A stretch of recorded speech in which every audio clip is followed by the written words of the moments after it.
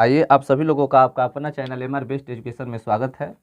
आइए आज हम 10th मैथ का यानी एक्सरसाइज 3.5 शुरू कर रहे हैं। इसके पिछले वाले वीडियो में हम लोग 3.4 समाप्त कर चुके थे। तो चलिए आज हम लोग 3.5 की शुरुआत करते हैं। तो 3.5 क्या कह रहा है कि निम्न रैखिक समीकरणों के युग्मों में से किसका एक अद्वितीय हल है, किसका कोई हल नहीं है, या किसके अपरिमित रूप से अनेक हल है। अद्वितीय हल की स्थिति में उसे वज्र गुणन विधि से ज्ञात करें। यानी यहाँ आपको पहले जांचना है कि जो यहाँ रैखिक समीकरण युग्म दिया हुआ है, ये पहला क्वेश्चन के अंतर्गत ये आपको 4 प्रश्न यहाँ दिया गया है। इसमें सबसे पहले आपको बताना है कि किसका अद्वितीय हल है, किसका कोई हल नहीं है और किसका अपरिमित रूप से अनेक हल है। यदि अद्वितीय हल की स्थिति में आएगा तब इसको वज्र गुणन विधि से ज्ञात करना है। तो चलिए सबसे पहले हम लोग देखते हैं ये पहला कि इसका अद्वितीय हल है कि कोई हल नहीं है कि अपरिमित रूप से अनेक हल है। तो आप लोगों को याद होगा कि जब हम प्रश्नावली 3.2 पढ़ रहे थे तो उसमें हम बताए थे कि यदि रैखिक समीकरण युग्मों का अनुपात a1/a2 बराबर नहीं है b1/b2, ये वाला जो कंडीशन आता था तो इसी का अद्वितीय हल होता था। अगर a1/a2 बराबर b1/b2 और बराबर नहीं है c1/c2 तो इसका कोई हल नहीं होता था। यदि यही तीनों बराबर हो जाए a1/a2 बराबर b1/b2 बराबर c1/c2 तो इसमें अपरिमित रूप से अनेक हल होता है। तो इसमें अनेक हल, इसमें एक हल अद्वितीय और इसका कोई हल नहीं, कोई हल नहीं, यही 3 गो कंडीशन है आपका। इसी को पहले इसमें देखना है। कह रहा है कि अद्वितीय हल होगा तब आपको वज्र गुणन विधि से ज्ञात करना है, अन्यथा नहीं करना है। तो चलिए पहला सवाल को हम लोग देखते हैं। पहला क्या है आपका x - 3y। पहला यहाँ है चूँकि x - 3y -3 बराबर 0। मार्कर कहाँ है लाल वाला? तो x - 3y -3 बराबर 0, इसको मान लीजिएगा पहला समीकरण। फिर क्या दिया है 3x - 9y -2 बराबर 0, ये आपका दूसरा समीकरण। तो चलिए a1 a2 b1 b2 c1 c2 का मान निकालिए। चूँकि a1 का मान देखिए पहला समीकरण से आपको क्या निकलेगा, x के साथ जो रहता है a1, तो x के साथ कुछ ना है तो एक छिपा हुआ है यहाँ, और b1 का मान y के साथ जो है तो y के साथ क्या है -3 है, c1 अकेला क्या है आपका तो -3 है। तो समीकरण 1 से हम निकाल लिए a1 b1 और c1। समीकरण 2 से आपको निकल जाएगा a2 यानी 3, b2 आपका क्या है -9, c2 आपका क्या है -2। अब अनुपात निकालिए तो लिखेंगे इसलिए a1/a2, तो a1/a2 का अनुपात निकालेंगे तो 1/3। अब b1/b2 का अनुपात निकालिए तो b1/b2 का अनुपात निकालेंगे तो -3/-9। ये माइनस माइनस कट जाएगा, 3 एकम 3 तीसरी का 9, ये भी आपका आ गया 1/3। ये जब a1 a2 b1 b2 दोनों बराबर हो गया तो यानी c1 c2 का भी मान निकालना पड़ेगा, इसलिए c1/c2। तो c1/c2 आपका क्या है -3/-2, माइनस माइनस कट गया यानी 3/2। तो यहाँ क्या देख रहे हैं कि a1 a2 b1 b2 तो बराबर है लेकिन c1 c2 के बराबर है नहीं। तो यहाँ लिख सकते हैं अतः a1/a2 बराबर b1/b2 और बराबर नहीं है c1/c2। तो बताइए तो इसमें क्या होता है, इसका कोई हल नहीं होता है, इसका रैखिक समीकरण योग असंगत होता है। इसमें रेखाएं समांतर होती है, इसमें रेखाएं क्या होती है समांतर होती हैं। तो इसमें रेखाएं समांतर होती है तो इसका यहाँ देख रहे हैं ना, इसका कोई हल नहीं होता है। प्रश्न क्या कह रहा है कि पहले जांचिए कि किसका एक अद्वितीय हल है, किसका कोई हल नहीं है, किसके अपरिमित रूप से अनेक हल है। तो यहाँ लिख देंगे अतः इसका कोई हल नहीं है, इसका कोई हल नहीं है। क्यों नहीं है? क्योंकि a1/a2 बराबर b1/b2 बराबर नहीं है c1/c2। इसमें रेखाएं समांतर होंगी, तो समांतर होगी तो इसका कोई हल नहीं होगा। तो ये सवाल हमारा बन गया यहीं पर। अब आगे हमको नहीं बढ़ना है। क्यों नहीं बढ़ना है? क्योंकि अद्वितीय हल होगा तो अभी हमको इसे वज्र गुणन विधि से हल ज्ञात करना है, x और y का मान निकालना है, अन्यथा इसको यहीं पर छोड़ देना है। ठीक है, तो इस चीज़ को आप लोग ध्यान रखेंगे कि a1/a2 बराबर b1/b2 बराबर नहीं है c1/c2। इसका असंगत रासायनिक समीकरण युग्म होता है, इसमें रेखाएं समांतर होती हैं, इसका कोई हल नहीं होता है। चलिए दूसरा अब हम लोग चलते हैं।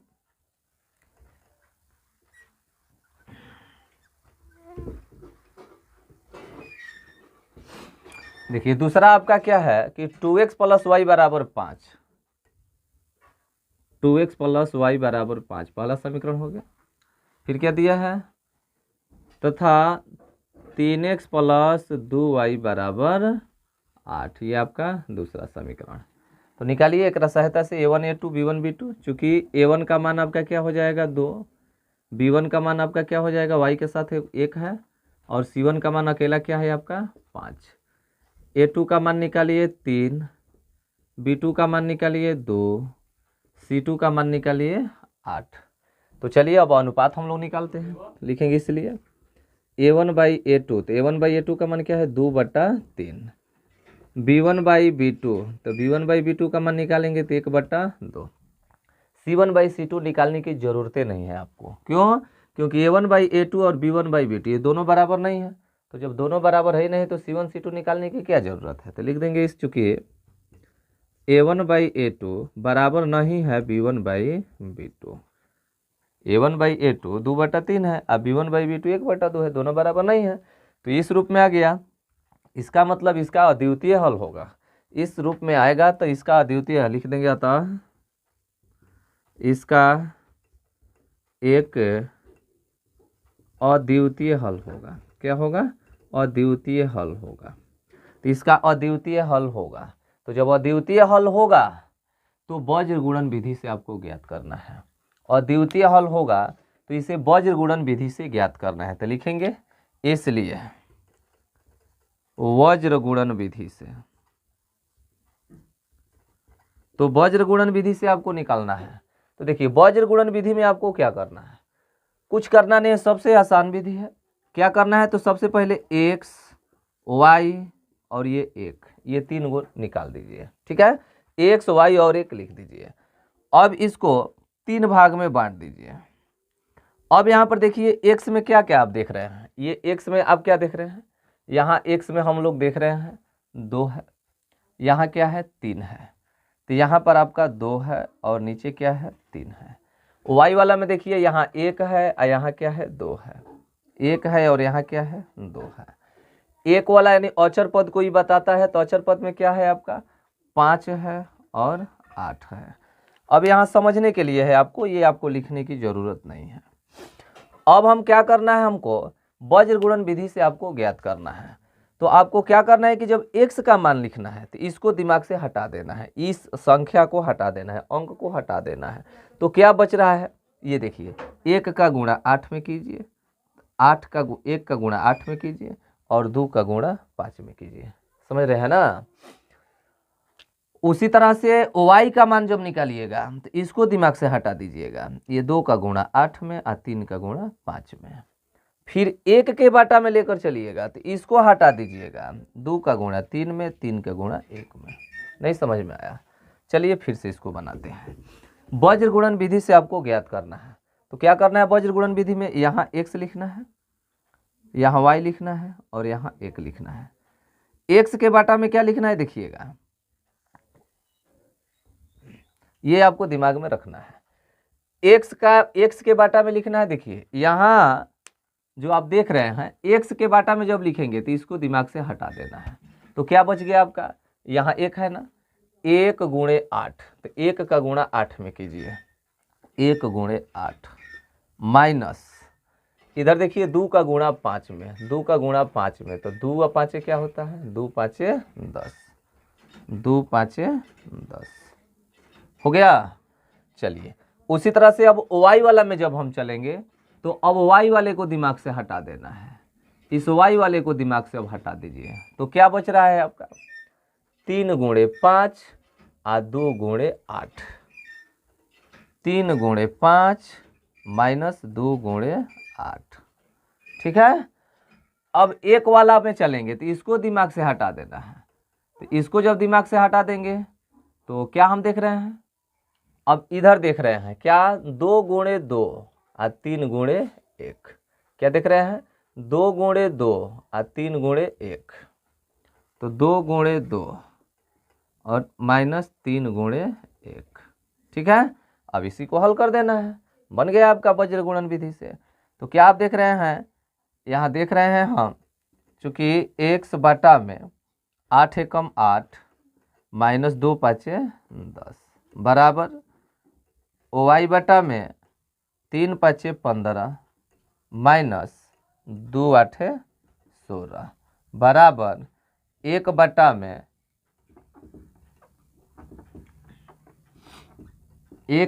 में 2 दूना का 4 और 3 एकम 3। तो क्या हो गया आपका, x बटा में -2 बराबर y बटा में -1 बराबर 1 बटा में 1।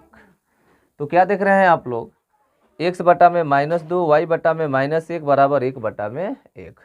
तो क्या करना है, एक बार इसको इसके बराबर लेकर चलेंगे तो x का मान निकल जाएगा। तो x का मान क्या आ जाएगा, -2 आ जाएगा। फिर एक बार इसके सहायता से लेकर चलेंगे तो y का मान निकल जाएगा। तो क्या हो जाएगा, -1 में 1 से कर देंगे -1 हो जाएगा। तो यहाँ आप बारी बारी से लिख देंगे, यदि क्या x बटा -2 बराबर 1 बटा 1 हो तो इसलिए x बराबर, तो -2 गुणे 1 तो -2 आंसर हो जाएगा। यदि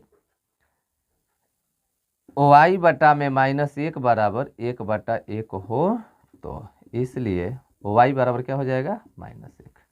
तो ये आपका हो गया वज्र गुणन विधि से रैखिक समीकरण युग्म का हल। तो ये हमारा पहला और दूसरा हो गया। तीसरा देखिए, तीसरा क्या कह रहा है आपका, तीसरा आपका क्या दिया है, अब तो बना सकते हैं आप लोग, थोड़ा सा मेहनत करेंगे तो बन जाएगा, इसमें कुछ है नहीं। अब तीसरा आपका क्या है, 3x माइनस, तीसरा हम देखिए बना रहे हैं, अब लिख रहे हैं चूंकि a1 का मान यहीं से निकाल लेते हैं।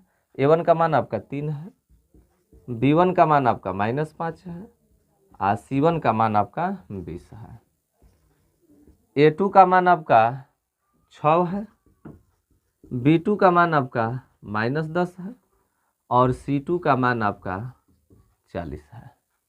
ये लिखेंगे इसलिए a1/a2, तो a1/a2 का मान निकालिए, तो चूँकि a1/a2 का मान निकालिएगा तो 3/6 यानी 1/2। फिर लिखेंगे चूँकि b1/b2 का मान निकालिए, तो b1/b2 का मान निकालिएगा तो -5/-10, यो खत्म हो जाएगा, 5 एकम 5 5 दूना का 10 यानी 1/2। फिर लिखेंगे c1/c2, तो c1/c2 क्या है, तो 20/40 यानी 20 एकम 20 20 दूना का 1/2। तो ये तीनों बराबर हो गया। तो क्या लिखेंगे, अतः a1/a2 बराबर b1/b2 बराबर c1/c2। तो बताइए, तो अद्वितीय हल है नहीं, इसमें तो अनेक हल होता है।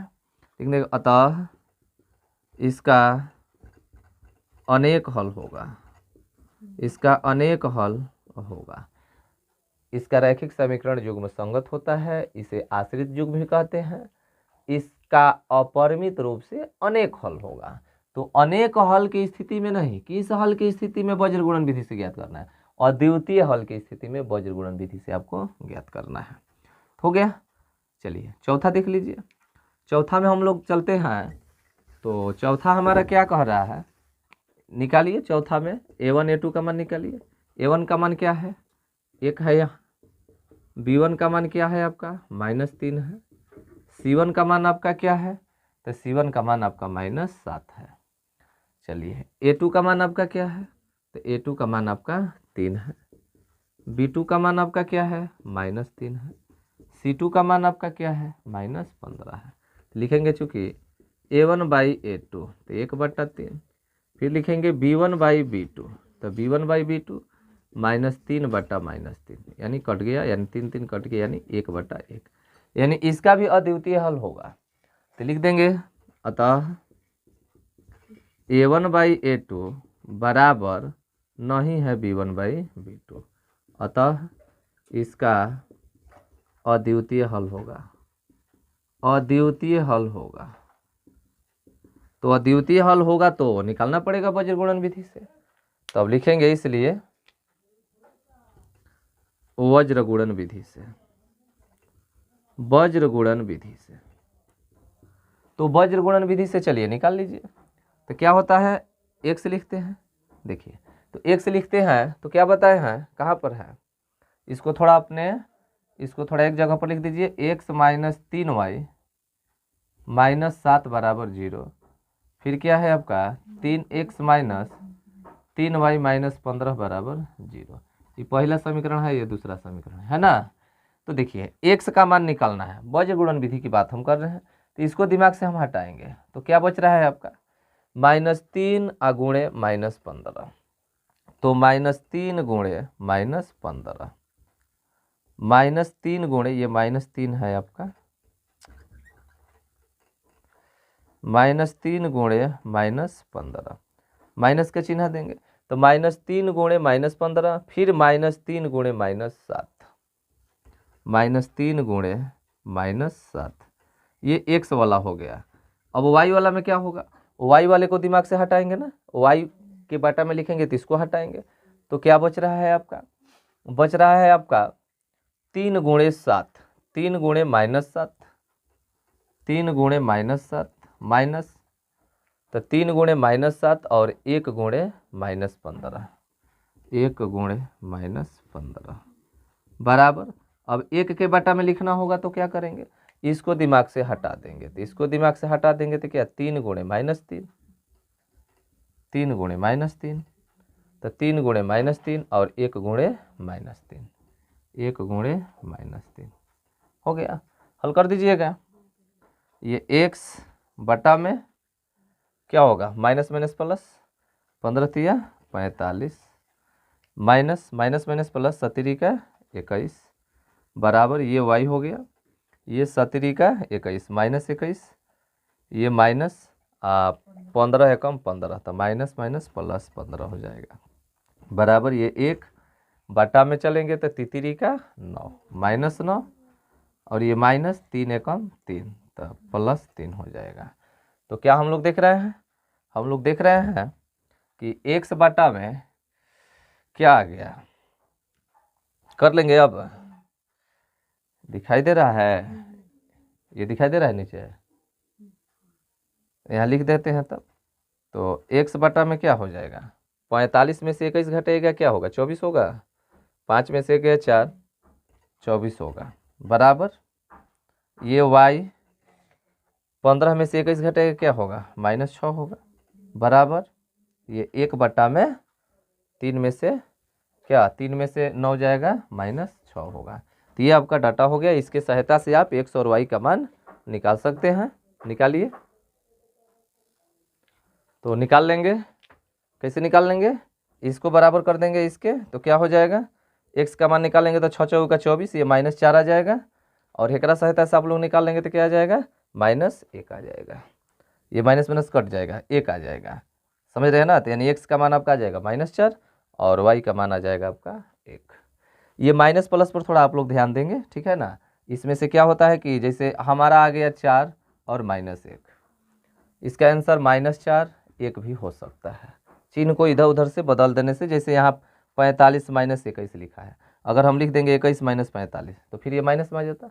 तो इस पर ध्यान देना, ये 4 -1 हमारा हम बना रहे हैं तो मान लेते हैं आ रहा है 4 -1, आप बना रहे हैं तो आ रहा है कि -4 1, तो इसमें कोई दिक्कत नहीं है। ये वज्र गुणन विधि में थोड़ा अंक को इधर उधर पलटने से ऐसा हो जाता है। तो चलिए, ये पहला क्वेश्चन हमारा क्लियर होता है, यानी पहला के अंतर्गत हमारा 4 प्रश्न था। अद्वितीय हल की स्थिति में आपको वज्र गुणन विधि से ज्ञात करना था। तो अद्वितीय हल की स्थिति क्या होती है, जब a1/a2 बराबर नहीं होता है b1/b2। ठीक है, अगले दिन मिलते हैं हम लोग क्वेश्चन नंबर 2 के साथ।